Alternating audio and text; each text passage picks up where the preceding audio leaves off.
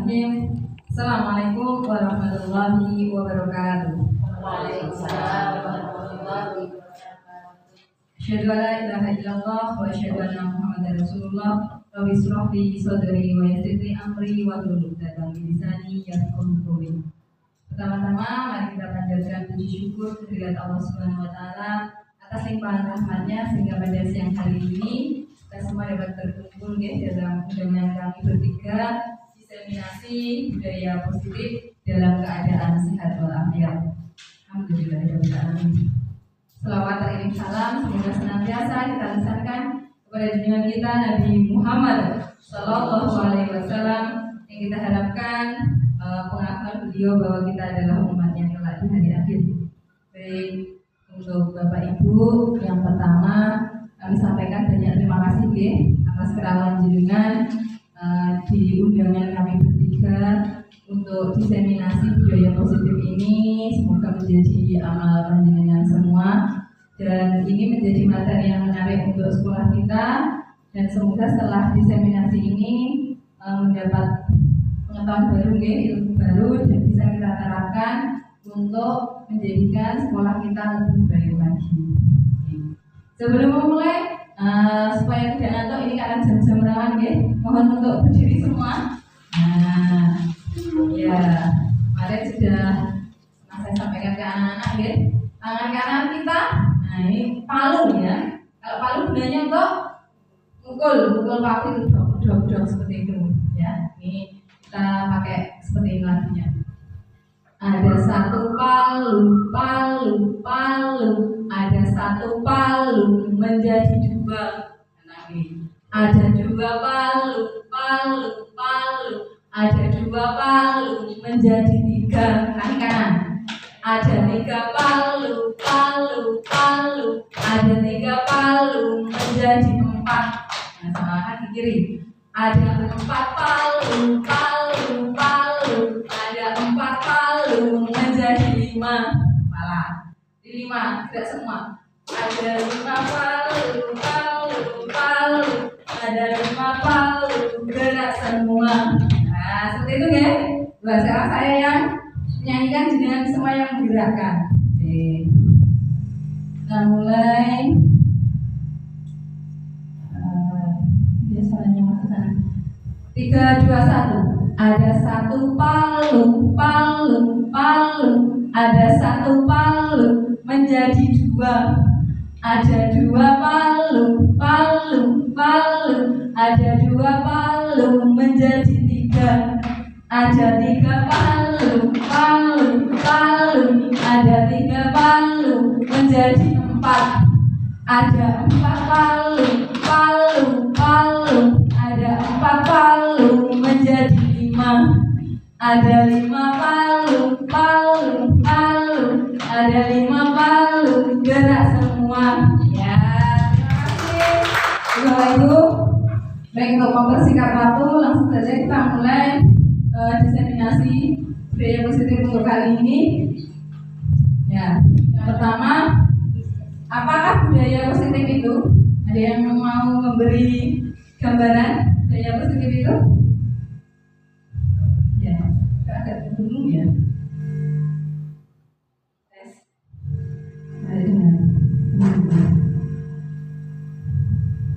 Ya, monggo sambil saya membenarkan ini, apa budaya positif itu,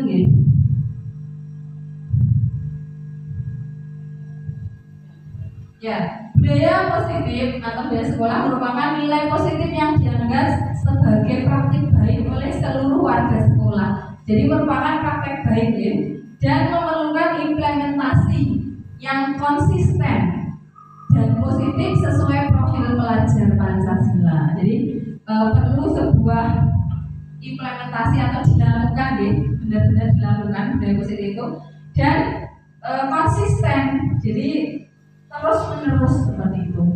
Yang pertama dimulai dari merancang kesepakatan kelas bersama murid, lalu menerapkan disiplin positif hubungan dan mewujudkan visi bersama, sehingga dengan budaya positif sekolah tercipta lingkungan yang aman dan nyaman, membuat peserta didik mampu berpikir, bertindak, dan mencipta dengan merdeka, mandiri, dan bertanggung jawab. Jadi di sini Pertama, disiplin positif itu dimulai dengan kesepakatan kelas ya. Jadi Bapak Ibu, kita semua dengan anak-anak membuat kesepakatan kelas. Lalu kesepakatan kelas tentunya dibuat bersama murid. Setelah itu kita terapkan disiplin positif itu. Tentu bentuknya bukan berupa hukuman.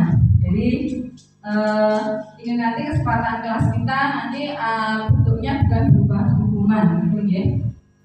Digunakan untuk mewujudkan visi bersama. Kemarin kita sudah presentasi visi misi ya, kita punya visi. Nah, diharapkan dengan budaya positif ini mendukung visi itu. Nah, apa saja konsep inti dalam budaya positif? Itu yang pertama ada perubahan paradigma baru, lalu ada disiplin positif, ada nilai-nilai kebajikan, ada kebutuhan dasar manusia, ada motivasi perilaku manusia, posisi kontrol guru, keyakinan kelas, dan segitiga restitusi. Jadi ada 8 konsep inti budaya positif yang nanti akan kami diseminasikan ya, tentunya tidak sendiri bersama dua rekan kita. Yang pertama adalah pembelajaran dengan paradigma baru. Nah, jadi apa sih paradigma baru ini? Ini adalah pembelajaran yang didasarkan oleh prinsip berdiferensiasi. Jadi maksud berdiferensiasi itu adalah bahwa para peserta didik itu belajar sesuai kebutuhannya.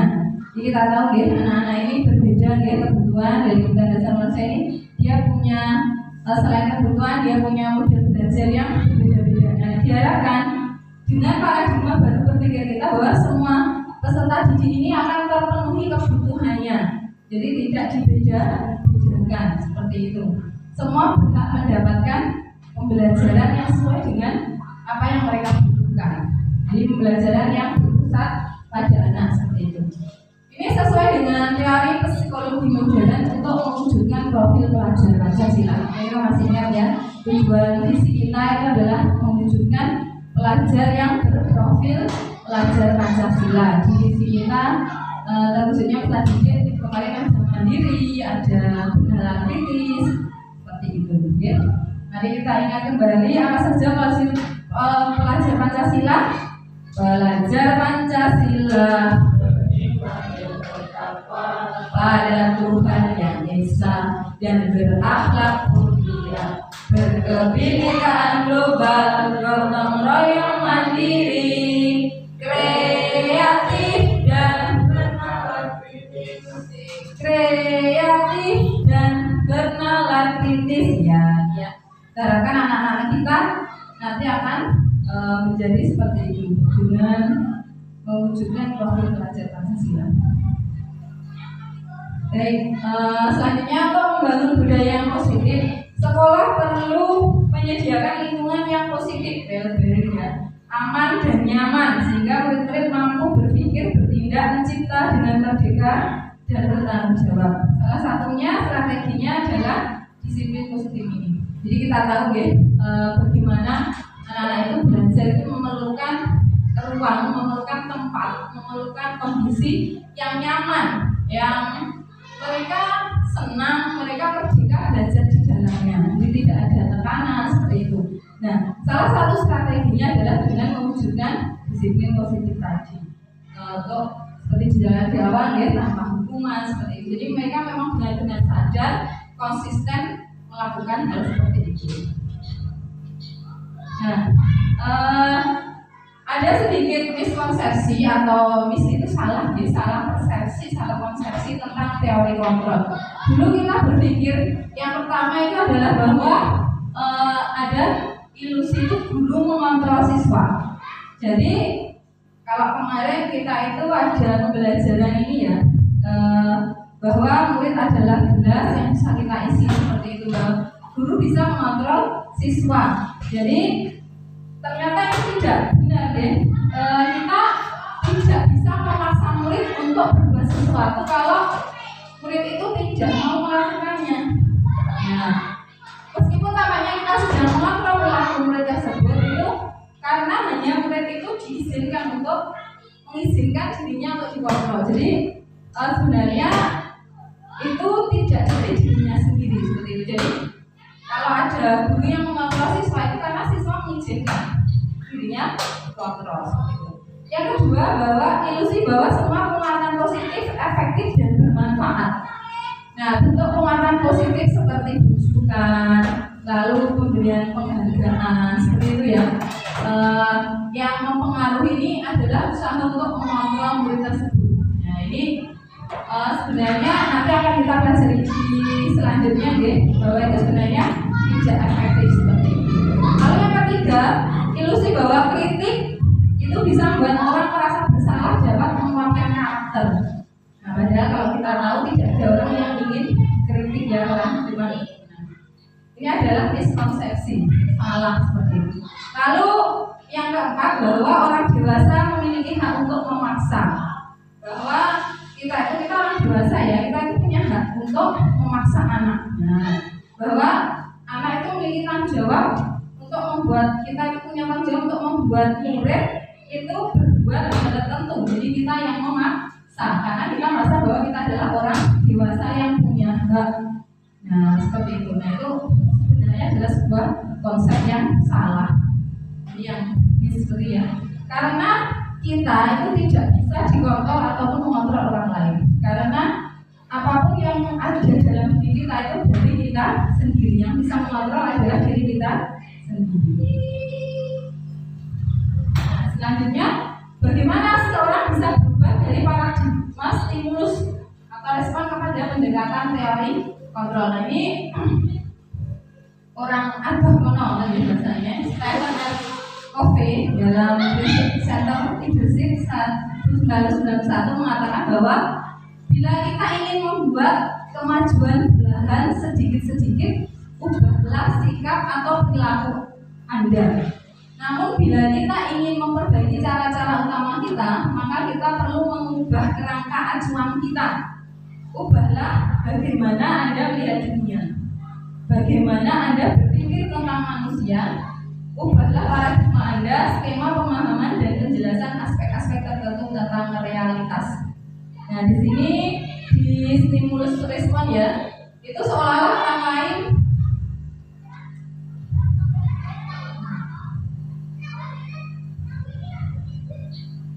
sekarang dari orang lain dapat kita kontrol, dapat kita kendalikan.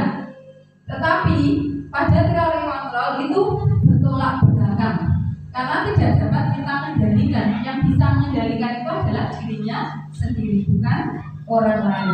Jadi kita diajak untuk berubah bagaimana kita itu melihat, bagaimana kita itu memandang, nah bagaimana kita itu berpikir tentang manusia.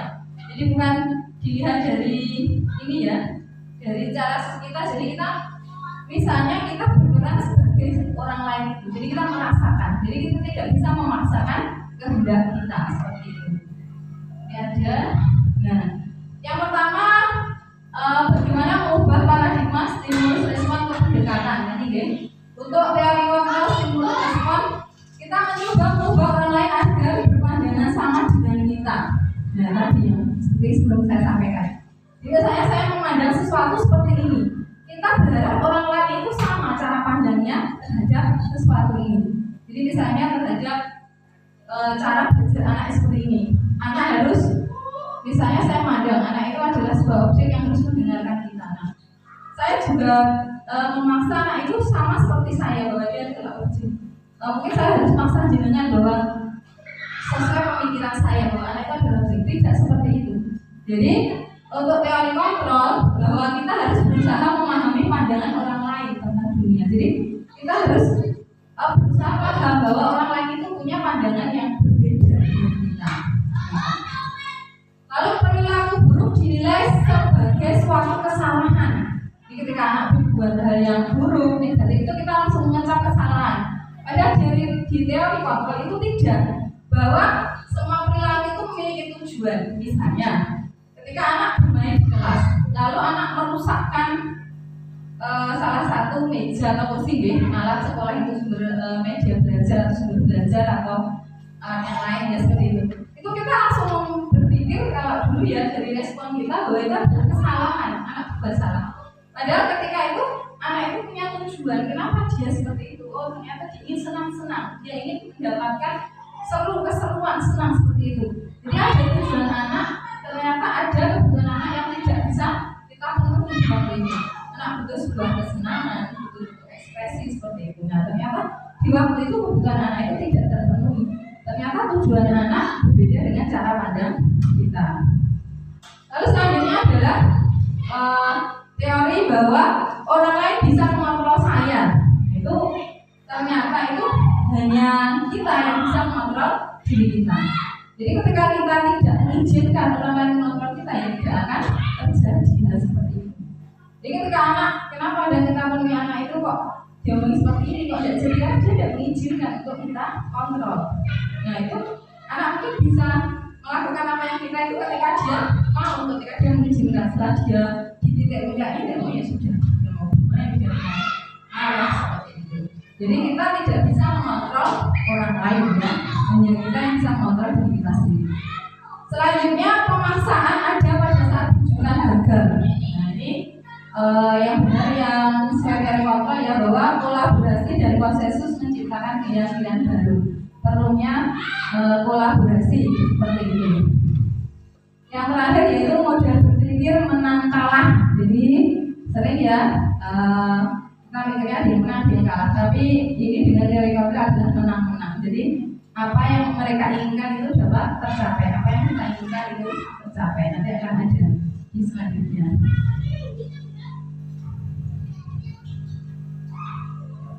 Selanjutnya nilai-nilai kebajikan universal yang ada. Yang pertama adalah nilai kebaikan. Kebajikan itu adalah sifat-sifat positif manusia yang merupakan tujuan mulia yang ingin dicapai setiap individu. Jadi kita yakin bahwa semua manusia itu pasti punya nilai kebaikan, nilai positif tidak ada. Dari dasarnya aspek fitrah itu mau nilai-nilai itu nilai baiknya ada dalam diri kita. Yang kedua, nilai yang disepakati bersama. Kita hidup di masyarakat tentu ada yang nilai-nilai yang kita sepakati bersama. Misalnya lintas bahasa, suku, bangsa, agama, seperti itu. Lalu adalah yang ketiga, nilai kebaikan universal itu ada dalam profil pelajar Pancasila. Contohnya ya, takwa, seperti itu, berakhlak mulia, mandiri, benar kritis, pendidikan global, gotong royong, kreatif. Nah, itu masuk dalam nilai-nilai kebajikan universal.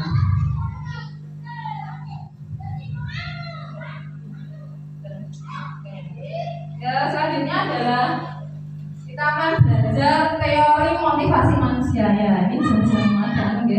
Coba, kalau saya bilang konsentrasi satu, blok, ya. Nah, satunya 3 kali, 1, 2, 3. Bersama coba. Konsentrasi satu, konsentrasi 2, ya, 2. Konsentrasi 2. Sekarang 2. Konsentrasi 5.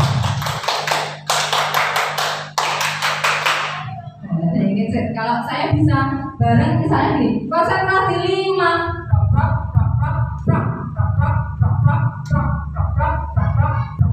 Kalian 2, 1 kan 5. Konsentrasi 5.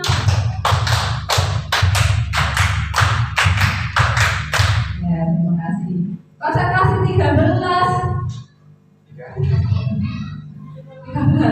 Ya, ada yang tahu? Konsentrasi 13. Zero, 4, 6 tuh. Nah, 3, 6 tambah 7 berapa? 13. Konsentrasi 13.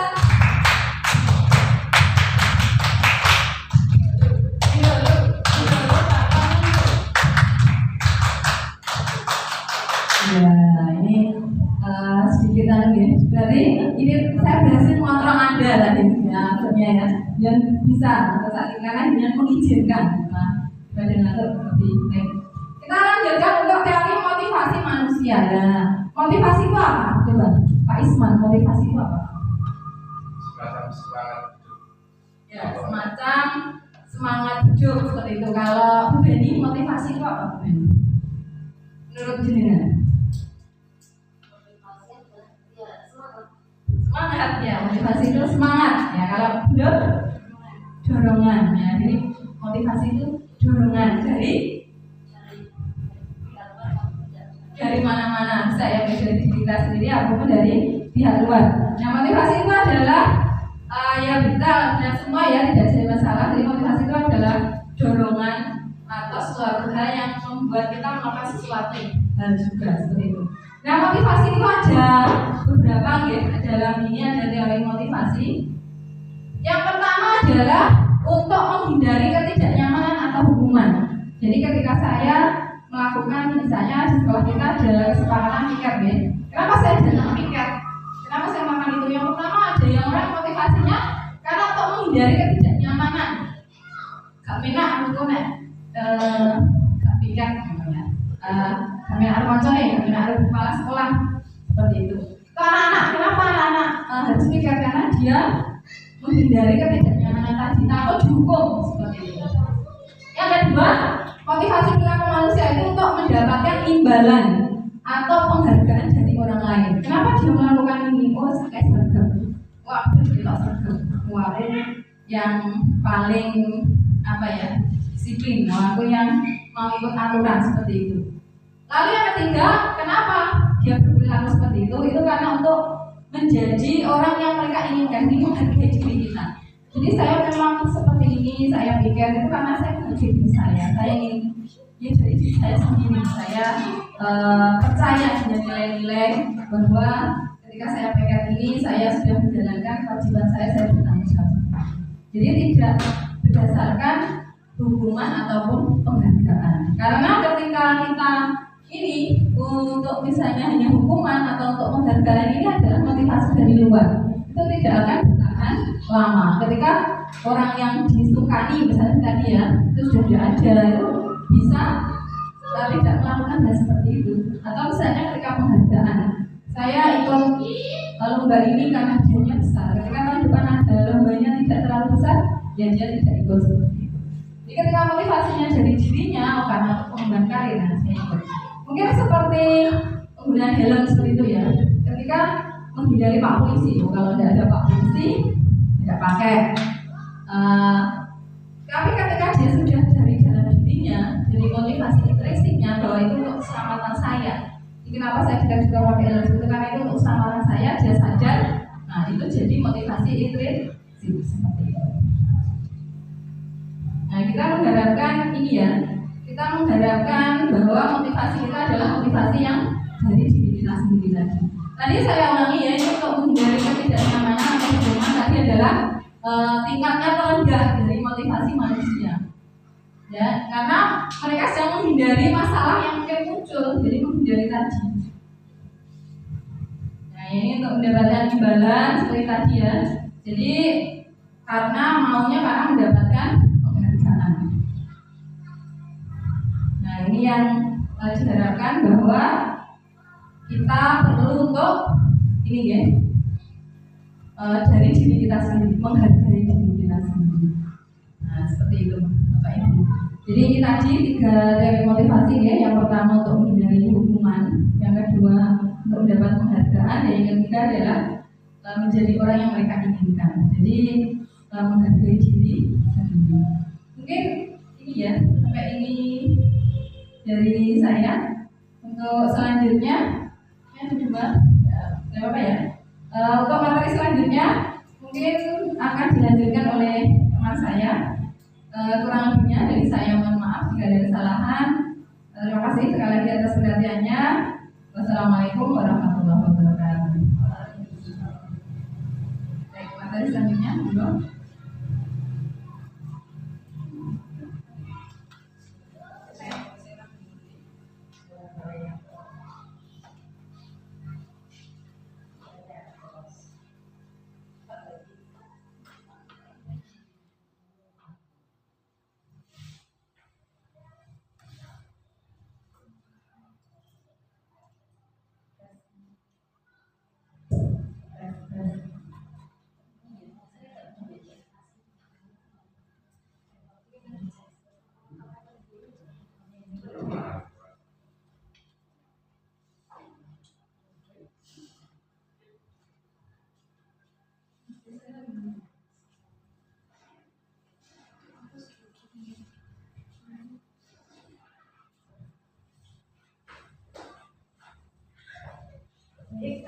Assalamualaikum warahmatullahi wabarakatuh.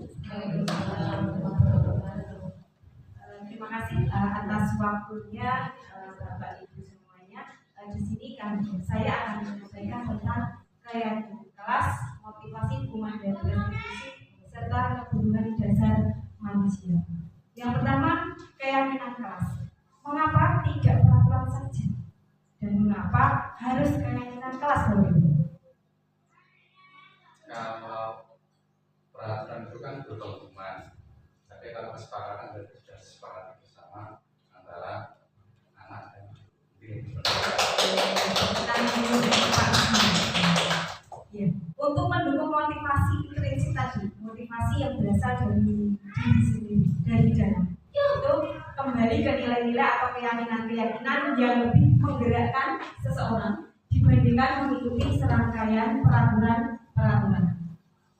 Kemudian bagaimana membuat keyakinan kelas? Jadi ketika kita memasuki tahun ajaran baru dengan kelas yang baru, kita usahakan untuk membuat sebuah keyakinan kelas. Bagaimanakah caranya? Untuk yang pertama, keyakinan kelas itu bersifat lebih abstrak dari peraturan yang lebih rinci dan juga konkret. Kemudian yang kedua, keyakinan kelas itu nanti berupa pernyataan-pernyataan yang bersifat universal. Pernyataan keyakinan kelas senantiasa dibuat dalam bentuk yang positif. Keyakinan kelas sebenarnya tidak terlalu banyak sehingga mudah diingat dan dipahami oleh semua warga kelas. Keyakinan kelas sebaiknya sesuatu yang dapat diterapkan di lingkungan tersebut. Jadi disesuaikan dengan lingkungannya masing-masing. Semua warga kelas hendaknya ikut berkontribusi dalam pembuatan keyakinan kelas lewat kegiatan gerak pendapat. Kemudian bersedia meninjau kembali keyakinan kelas dari waktu ke waktu. Kemudian di sini ada peraturan dan juga bentuk keyakinan kelas. Selalu kembalikan buku ke tempatnya. Di situ bentuk keyakinan kelasnya apa Bapak Ibu? Tanggung jawab. Iya, tanggung jawab. Dilarang mengganggu orang lain. Menghormati orang lain. Hadir di sekolah 15 menit sebelum pembelajaran dimulai. Menghormati orang lain dan juga berkomitmen. Dilarang melakukan kekerasan. Ya, keselamatan menghormati orang lain. Dilarang menggunakan narkoba. Ya, kesehatan. Bergantian atau menunggu giliran. Menghormati orang lain dan bersabar. Gunakan masker. Kesehatan dan juga keselamatan. Di sini adalah dokumentasi keyakinan kelas yang sudah saya terapkan di kelas saya. Jadi anak-anak itu berdiskusi tentang keyakinan-keyakinan kelasnya, kemudian ditempelkan di papan tulis, kemudian kalimat-kalimat dari para siswa itu diubah menjadi bentuk kalimat yang positif. Kemudian kita mensepakati keyakinan yang sudah kita buat. Kemudian yang selanjutnya adalah tentang hukuman, konsekuensi dan juga restitusi. Perbedaan hukuman dan konsekuensi. Hukuman itu sesuatu yang menyakitkan, harus terjadi. Kalau konsekuensi itu sesuatu harus terjadi. Membuat anak sakit itu hukuman. Bisa sakit fisik maupun juga sakit hatinya. Untuk jangka yang panjang itu kalau hukuman. Kalau konsekuensi, membuat anak merasa tidak nyaman dalam jangka waktu yang pendek. Kemudian hukuman itu juga akan membuat anak membenci kedisiplinan. Konsekuensi, anak menghargai disiplin. Kemudian hukuman jika dipaksa itu adalah paksaan. Kemudian konsekuensi stimulus dan tanggapan. Hukuman mendorong anak menyakiti diri sendiri. Kalau konsekuensi mendorong anak agar tidak menyesuaikan diri. Hukuman konsep dari yang buruk. Kalau konsekuensi, konsep diri yang baik. Hukuman anak belajar untuk menyembunyikan kesalahan. Kalau konsekuensi, anak belajar untuk mematuhi peraturan. Hukuman marah, rasa bersalah, kemudian dipermalukan. Jadi anak-anak itu merasa dipermalukan, merasa tidak dihargai. Tapi kalau dengan konsekuensi, itu kehidupan dibuat tidak nyaman, diasingkan untuk sementara waktu. Hukuman tadi. Setelah kita lihat tadi perbedaan hukuman dan konsekuensi, hukuman tadi bersifat tidak terencana atau tiba-tiba. Anak-anak atau murid itu tidak tahu apa yang akan terjadi dan tidak dilibatkan. Hukuman tadi sifatnya hanya satu arah dari pihak guru yang memberikan hukuman. Dan murid hanya menerima suatu hukuman tanpa melalui suatu kesepakatan atau pengarahan dari pihak guru, baik sebelum ataupun sesudahnya. Hukuman yang diberikan itu bisa berupa hukuman fisik maupun psikisnya. Jadi murid atau anak itu disakiti oleh suatu perbuatan, tapi bisa juga melalui kata-kata. Sedangkan disiplin dalam bentuk konsekuensi itu sudah terencana atau sudah disepakati, sudah dibahas dan disetujui oleh murid dan juga guru. Bentuk-bentuk konsekuensi yang dibuat oleh pihak guru atau sekolah dan murid itu sudah mengetahui sebelumnya konsekuensi yang akan diterima bila ada pelanggaran. Pada konsekuensi, murid tidak dibuat tidak nyaman untuk dalam jangka waktu yang pendek. Jadi sikap guru di sini itu selalu atau senantiasa memonitor murid. Hukuman atau konsekuensi. Mencatat 100 kali di dalam buku kalimat, saya tidak akan terlambat lagi karena terlambat ke sekolah. Itu termasuk hukuman atau konsekuensi? Itu termasuk hukuman. Kemudian lari mengelilingi lapangan basket 2 kali karena terlambat hadir di sekolah. Itu juga suatu hukuman. Murid diminta push up 15 kali karena tidak menggunakan masker ke sekolah. Hukuman. Menggantikan kertas tugas teman yang telah dicoret-coret. Ya, itu termasuk dalam konsekuensi. Membersihkan tumpahan di meja karena tersenggol pada saat belajar. Itu juga termasuk dalam konsekuensi. Murid disuruh untuk tidak mengenakan sepatu seharian di sekolah karena tidak menggunakan sepatu berwarna hitam. Ya, hukuman. Lari mengelilingi lapangan basket 2 kali karena terlambat 10 menit untuk pelajaran berjalan. Itu masuk dalam konsekuensi. Kemudian yang selanjutnya adalah restitusi. Restitusi adalah proses menciptakan kondisi bagi murid untuk memperbaiki kesalahan mereka, sehingga mereka bisa kembali pada kelompok mereka dengan karakter yang lebih luas. Dosen 2004. Restitusi juga merupakan proses kolaboratif yang mengajarkan murid untuk mencari solusi untuk masalah mereka dan membantu murid berpikir tentang orang seperti apa yang mereka inginkan dan bagaimana mereka harus memperlakukan orang lain. Helfong Buzen 1990.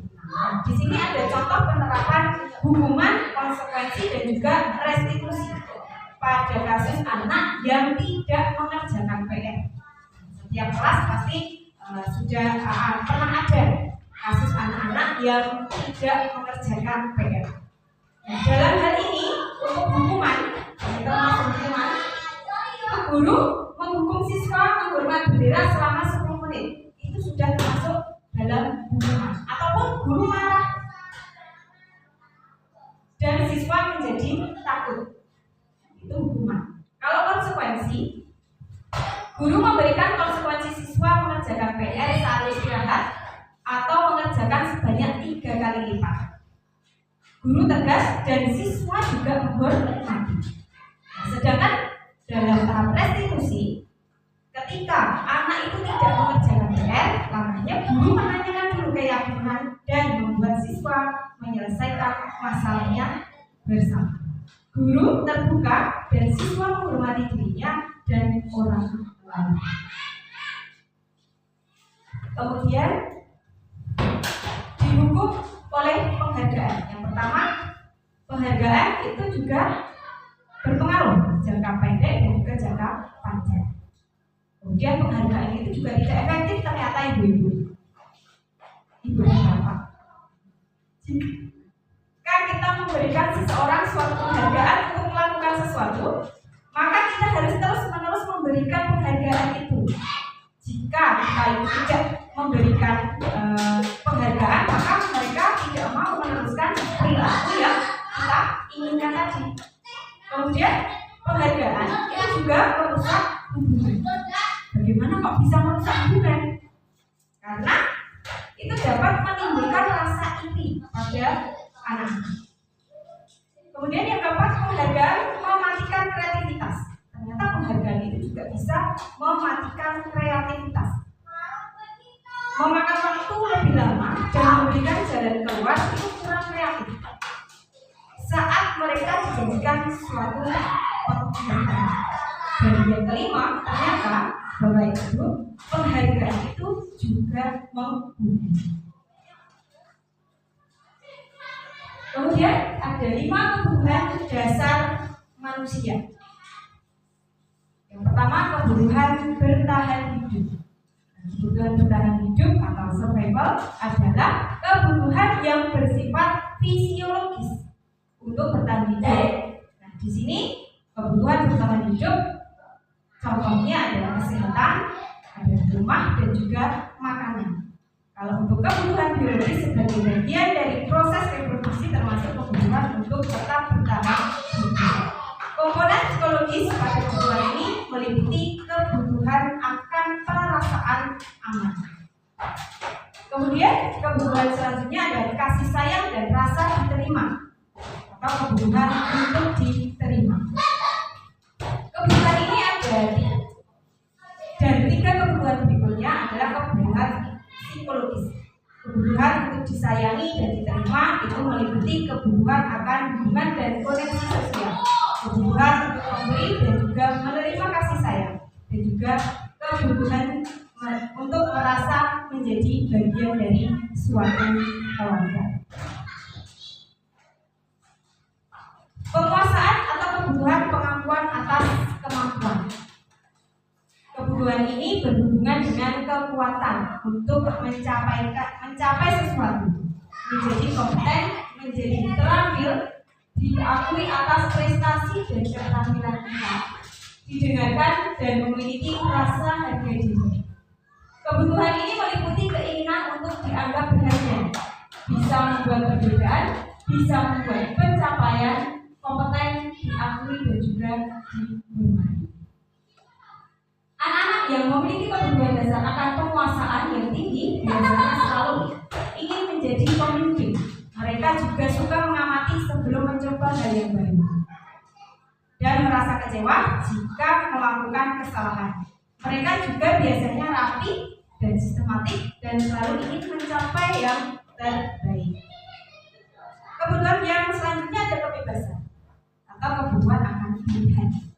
Kebutuhan bebas adalah kebutuhan akan kemandirian, otonomi, memiliki pilihan dan mampu mengendalikan arah hidup seseorang. Anak-anak akan dengan kebutuhan kebebasan yang tinggi untuk menginginkan pilihan. Jadi mereka perlu banyak bergerak, suka mencoba-coba, tidak terlalu berpengaruh orang lain dan senang mencoba hal yang baru dan menarik. Kemudian kesenangan, kebutuhan untuk merasa senang. Kebutuhan akan kesenangan adalah kebutuhan untuk mencari kesenangan, bermain dan juga tertawa. Bayangkan hidup tanpa kenikmatan apapun, betapa menyedihkan. Belajar menghubungkan kebutuhan akan kesenangan dengan belajar. Jadi semua hewan dengan tingkat intelijensi tinggi, ada anjing, lumba-lumba, primata, dan yang lain-lain, itu bermain. Saat mereka bermain, mereka mempelajari keterampilan hidup yang penting. Mereka tidak berbeda. Anak-anak yang dengan kebutuhan dasar kesenangan yang tinggi biasanya ingin menikmati apa yang mereka dilakukan. Mereka juga bisa berkonsentrasi tinggi saat mengerjakan hal yang disenangi. Mereka juga suka permainan dan juga suka mengoleksi barang, suka bergaul, suka melucu, dan juga memuaskan. Bahkan saat mereka bertingkah laku buruk, mereka masih terlihat lucu.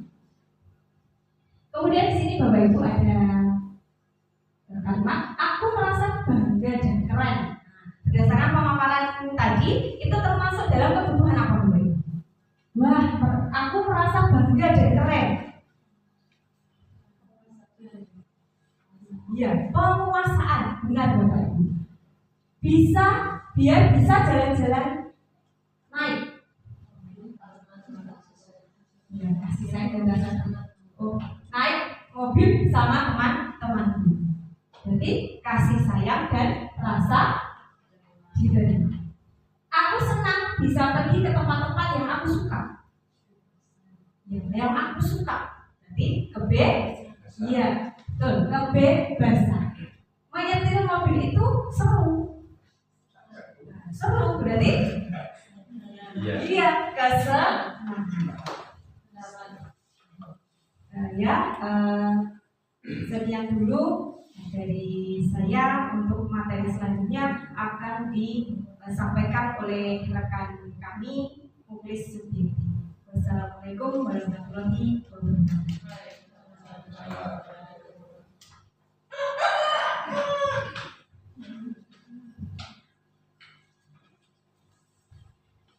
Terima kasih. Bismillahirrahmanirrahim. Assalamualaikum warahmatullahi wabarakatuh. Bapak Ibu, ini saya akan melanjutkan pemaparan tentang budaya positif ya. Ini adalah kaitannya dengan pemaparan yang dijelaskan oleh Bu Rofianti dan Bu Triwinasih. Yang di sini yang saya ingin jelaskan yaitu tentang 5 posisi kontrol ya. Jadi 5 posisi kontrol itu maksudnya kita sebagai guru itu jika ingin menghadapi suatu kasus atau satu masalah itu kita memposisikan posisi kita itu sebagai apa gitu ya. Yang pertama ada posisi penghukum, yang kedua pembuat merasa bersalah, kemudian yang ketiga sebagai teman, yang keempat pemantau, dan yang kelima adalah sebagai manajer.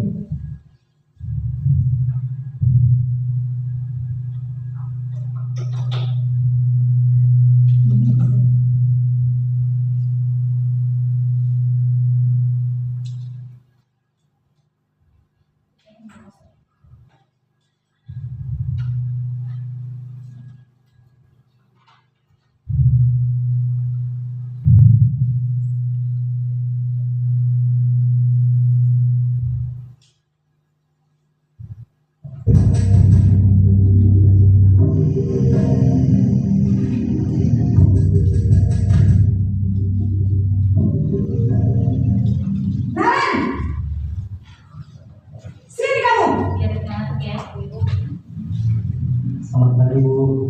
Selalu terlambat. Kamu deh pasti terlambat.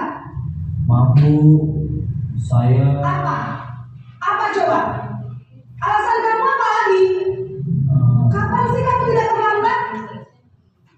Malas sekali ya kamu jadi anak. Saya Dasar pemalas. Gak kapok-kapok sih kamu. Sudah berapa kali terlambat? Sana, kamu keliling lapangan basket 2 kali. kenapa saya harus keliling lapangan basket Bu? Kenapa? Kamu lawan ibu. Berani-beraninya jawab. Sudah terlambat, masih berani jawab pula. Sekarang, keliling lapangan basket 5 kali sekalian. Biar kapok. Cepat. Pergi sana ke lapangan basket. video yang kita lihat tadi, ini adalah guru memposisikan sebagai seorang penghukum ya. Jadi posisi penghukum itu biasanya menghadik, kemudian menunjuk-nunjuk, berkaca pinggang itu mengerik, membentak, menyakiti dan menyindir. Itu adalah posisi sebagai penghukum. Nah, posisi penghukum ini biasanya disertai dengan hukuman. Tadi Narendra tadi disuruh untuk berkeliling lapangan ya, berlari mengelilingi lapangan. Nah, seperti itu. Hukumannya berupa verbal atau psikis ya. Dan murid itu biasanya kalau kita beri hukuman itu akan cenderung menyimpan dendam, Bapak Ibu. Jadi pegel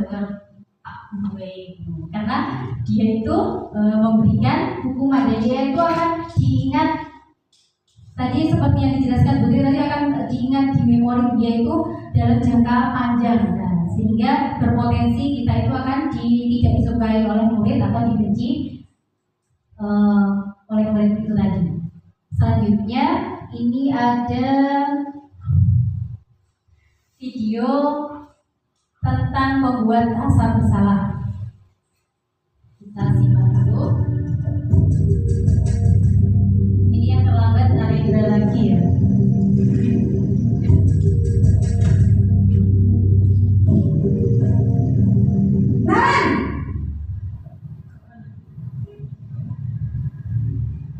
Selamat pagi Bu.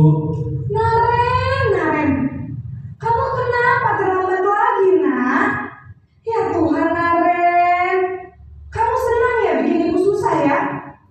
Kalau kamu terlambat lagi, nanti ibu yang ditegur bapak kepala sekolah, nak. Disangka ibu tidak bisa membina kamu. Duh, gimana ini?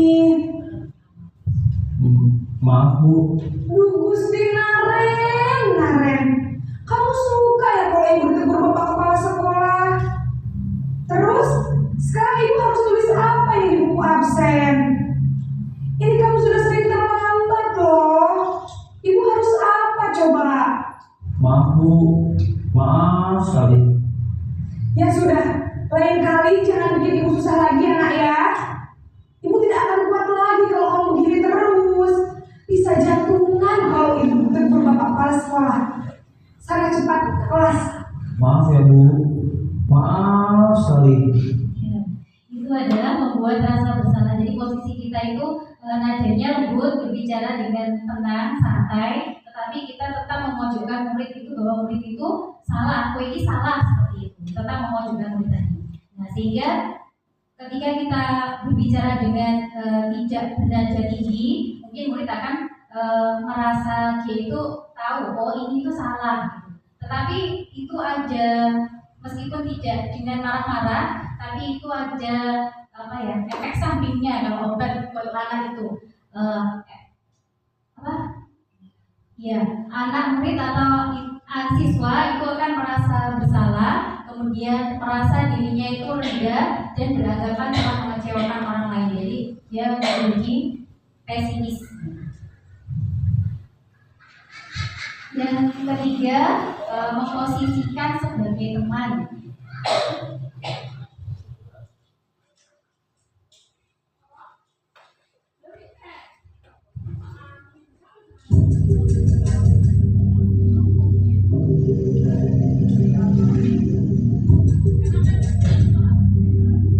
Ini yang telah ditarik lagi.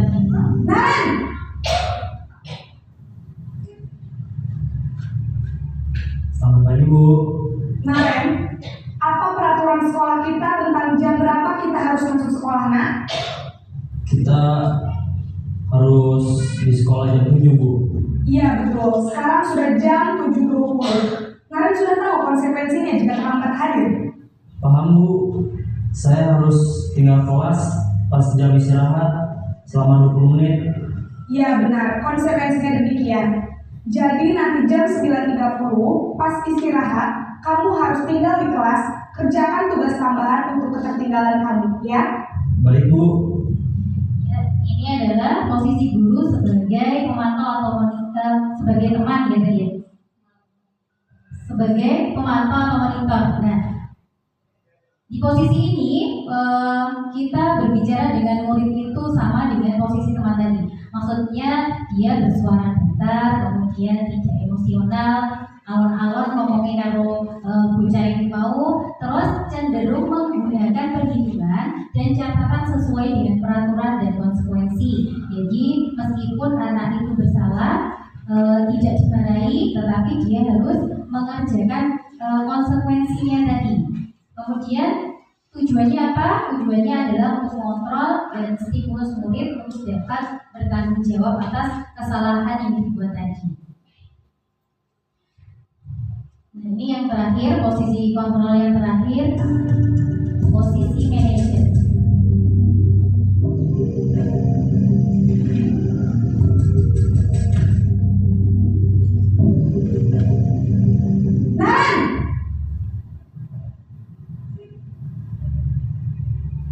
Selamat pagi Bu.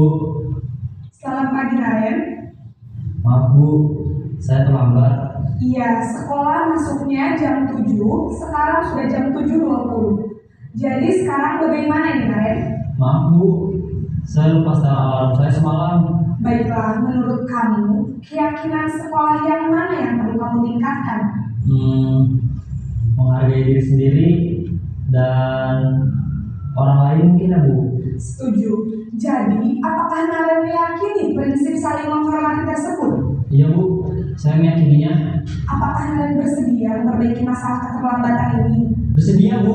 Bagaimana kamu akan perbaiki masalah keterlambatan ini? Saya akan coba untuk tidak lupa menyetel alarm saya Bu. Baik, kalau Naren lupa menyetel alarm di rumah, ada orang yang kira-kira bisa bantu mengingatkan tidak? Ada Bu, kakak saya, Kak Emma. Ada lagi selain Kak Emma? Selain Kak Emma, ada ibu saya. Baik, jadi yang mengingatkan Naren adalah Kak Emma dan ibu kamu ya? Kira-kira akan mulai setel alarm kapan nih Naren? Setelah pulang sekolah, akan segera saya lakukan. Baik, jadi Naren akan setel alarm untuk bangun besok pagi dan akan diingatkan oleh kakak dan ibunda Naren ya. Ada lagi yang mungkin perlu dilakukan Naren agar tidak terlambat bangun lagi? Tidak ada Bu. Baik Naren, terima kasih untuk kerjasama kamu. Sekarang kamu perlu kembali ke kelas untuk belajar. Baik Bu, terima kasih. Nah, di posisi manajer ini kita tidak emosional ya. Guru cenderung memberikan pertanyaan yang bermakna kepada murid agar murid itu bisa belajar dari kesalahannya dan mampu memecahkan masalahnya sendiri. Tadi kan Naren itu telat, kemudian dia ditanyai sama gurunya kenapa telat dan dia itu mampu menjelaskan alasannya kenapa dia telat dan menemukan solusinya. Iya, dan caranya biar tidak telat lagi. Nah, kira-kira dari 5 posisi kontrol tadi yang lebih baik kita contoh itu yang mana, Bapak Ibu?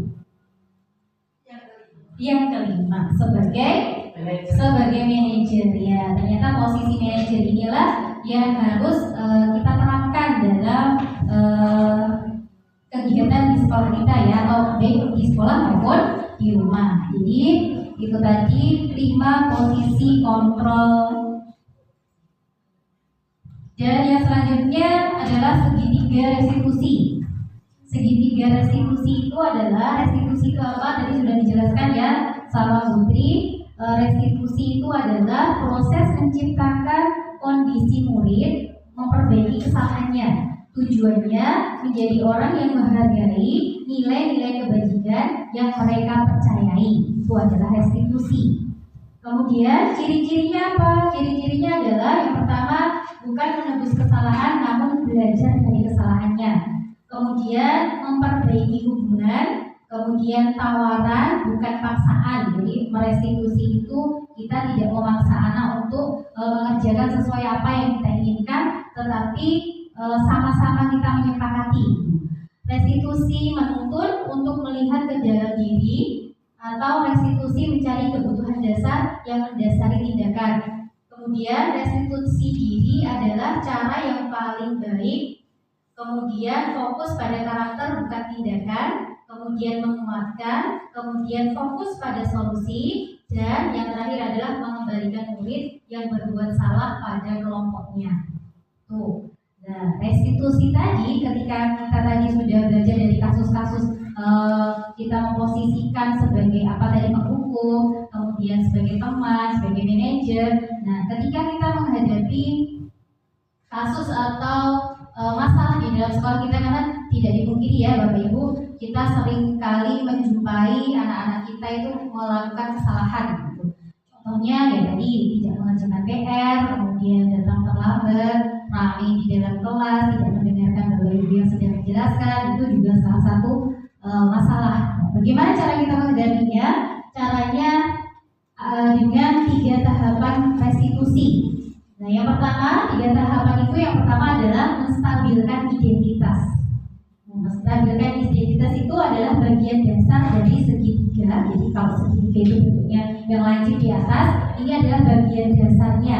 Nah, dasarnya yang pertama menstabilkan identitas itu tujuannya untuk mengubah identitas anak dari orang yang gagal karena melakukan kesalahan menjadi orang yang sukses.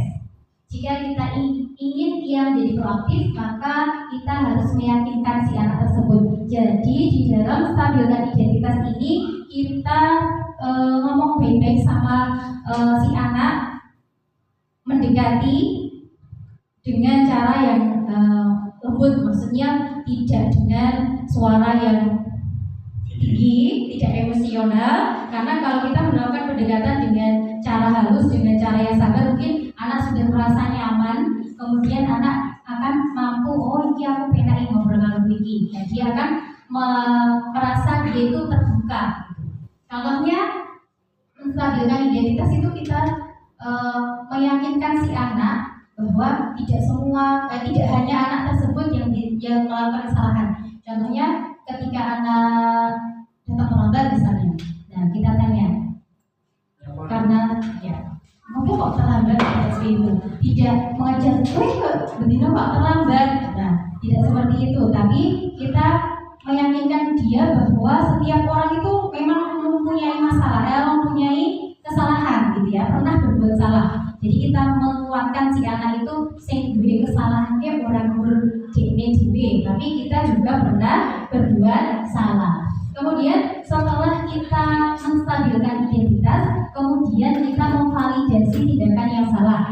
Menurut teori kontrol, semua tindakan manusia, baik atau buruk, pasti memiliki maksud atau tujuan tertentu.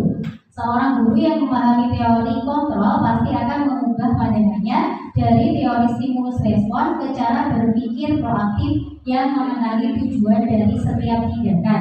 Jadi ketika kita sudah melakukan pendekatan tadi, kemudian kita menguatkan si anak bahwa semua orang itu pernah berbuat kesalahan. Nah, ini caranya memvalidasi tindakan yang salah itu, kita bertanya, nek kamu terlambat ke sekolah, berarti apa yang harus dilakukan?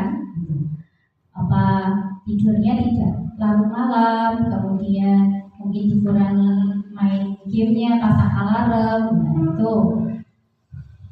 itu cara memvalidasi tindakan yang salah. Jadi yang terakhir adalah menanyakan keyakinan. Penting untuk menanyakan keyakinan ke anak, kehidupan seperti apa nantinya yang mereka inginkan. Ketika anak sudah mendapat gambaran yang jelas tentang orang seperti apa yang mereka inginkan, guru dapat membantu anak-anak tetap fokus pada gambaran tersebut.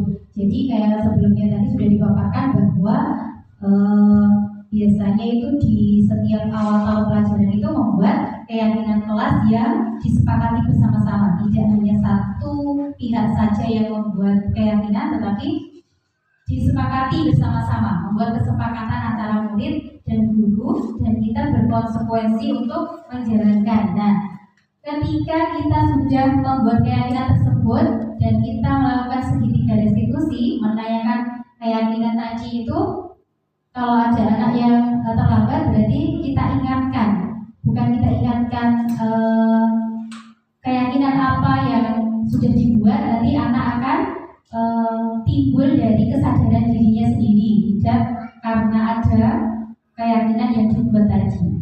Terus sebagai guru harus memiliki kemampuan dalam mewujudkan budaya positif di sekolah dengan cara menerapkan yang pertama adalah disiplin positif.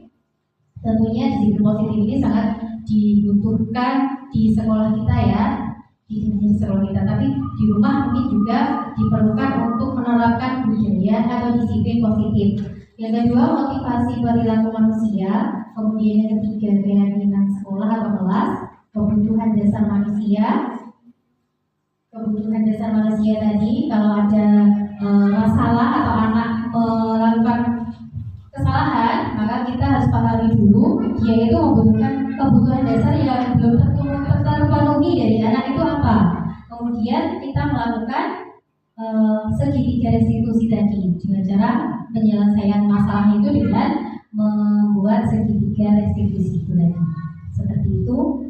Ini mungkin penghujung presentasi ya Bapak Ibu, karena kami bagi bertiga. Jadi ini adalah penghujungnya, penghujung presentasi. Ya, terus ini berbagi praktik baik karena kita membuat rencana atau rancangan aksi nyata yang harus kita kerjakan. Nah, di sini rancangan yang saya buat atau kami buat itu adalah membuat kesepakatan kelas. Yang pertama kita berkolaborasi dengan para wali kelas, terus ini berkoordinasi dengan kepala sekolah, kemudian kita melakukan pemahaman kepada siswa itu kesepakatan kelas itu apa gitu. Kita memberikan pemahaman kepada mereka, kemudian mereka diberikan kesempatan untuk menyampaikan apa yang menjadi keinginan mereka, dan itu dituangkan dalam keyakinan kelas, ditempelkan, dan jadilah satu keyakinan kelas ini yang di pojok sini itu keyakinan kelasnya. Seperti itu. Mungkin ada yang ingin bertanya, kami membuka sesi tanya jawab Bapak Ibu.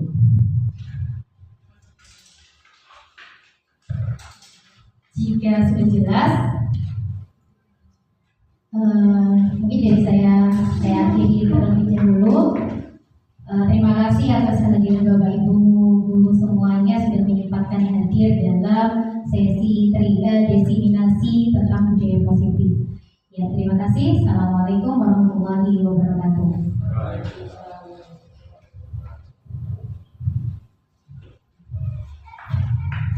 Baik, demikian tadi Bapak Ibu semua ada diseminasi dari kami ya, baik dari budaya positif dan materi-materi lainnya termasuk dalam penerapan sistematika restitusi. Tentunya kami berharap materi tadi dapat diterima dengan baik ya, dan lalu bisa kita implementasikan bersama untuk sekolah kita dan menjadi sebuah kebiasaan yang baik dan bisa kita lakukan bersama supaya SD 1 Bakalan ini lebih baik lagi. Kata Bapak Ibu, dari kami bertiga, pertama saya Fianti, yang kedua Trinasi, dan Bu Sumiati. Sekali lagi mengucapkan banyak terima kasih atas kehadiran jenengan semua. Di akhir acara yaitu penutup, mari kita tutup diseminasi pada siang hari ini dengan membaca hamdalah bersama-sama. Alhamdulillah. Sekali lagi kurang lebihnya dari kami mohon maaf. Wabillahi taufiq wal hidayah. Wassalamualaikum warahmatullahi wabarakatuh.